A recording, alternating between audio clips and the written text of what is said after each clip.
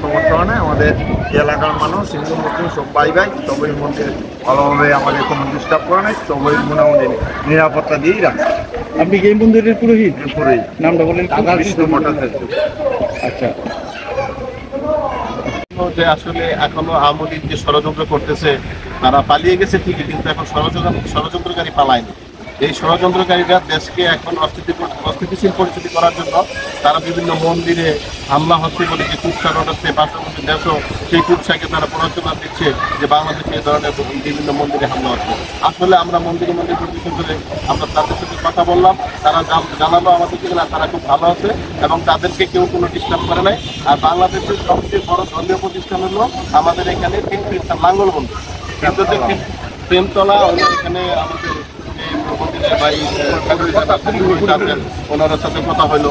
তো আমার কথা হলো, দেশে আমরা যে মানে ছাত্র জনতার বিজয় হয়েছে, সেই ছাত্র জনতার বিজয়ের পরে এখন যারা এই ষড়যন্ত্র করতেছে তাদেরকে চিহ্নিত করে তাদের বিচার আওতায় আনতে হবে। আর নাহলে একটা দেশকে নিয়ে ষড়যন্ত্র করা, এটা আমরা কোনোভাবেই মেনে নিব না। কারণ আমরা দেশকে ভালোবাসি, এই দেশকে ভালোবাসি এবং এই দেশে হিন্দু মুসলমান সবাই ভাই ভাই হিসেবে একসাথে বসবাস করতে চাই। আমাদের দেশে কোনো এই ধরনের অরাজকতা বা এই ধরনের মন্দিরে হামলা হয় নাই, এই জিনিসটা আমরা সামনে হবে না মানে জানতে চেয়েছি এবং সামনেও হবে না, এখনো হয়নি আর সামনেও হবে না। শুধু একমাত্র আওয়ামী লীগই এই দেশের বিশৃঙ্খলা তৈরি করে দিয়ে গেছে, যা ভবিষ্যতে আমাদের কাম্য নয়।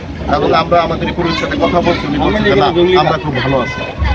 আচ্ছা, সামনে তো এবং আপনারা মন্দিরগুলোকে নিরাপত্তার জন্য কি পদক্ষেপ দিতে পারেন?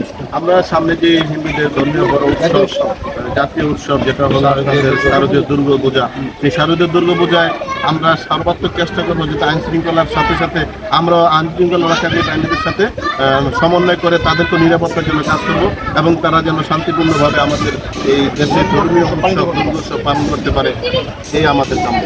আর বর্তমানে মন্দিরগুলোর নিরাপত্তায় আপনারা কি ভূমিকা রাখতেছেন? বর্তমানে 5ই আগস্টের পরে দেশে যে ধরনের গোলযোগ সৃষ্টি হয়েছে, আমরা সবচেয়ে বড় আমাদের দলের থেকে কমান্ড ছিল যেন কোনো মন্দিরে হামলা করতে না পারে। এই যে আমরা মন্দিরে আমাদের লোকজন পাহারা দিচ্ছে এবং আমাদের লোকজন তৎপরতা ছিল যাতে মন্দিরে কোনো ধরনের হামলা কেউ করতে না পারে। ওকে, থ্যাংক ইউ।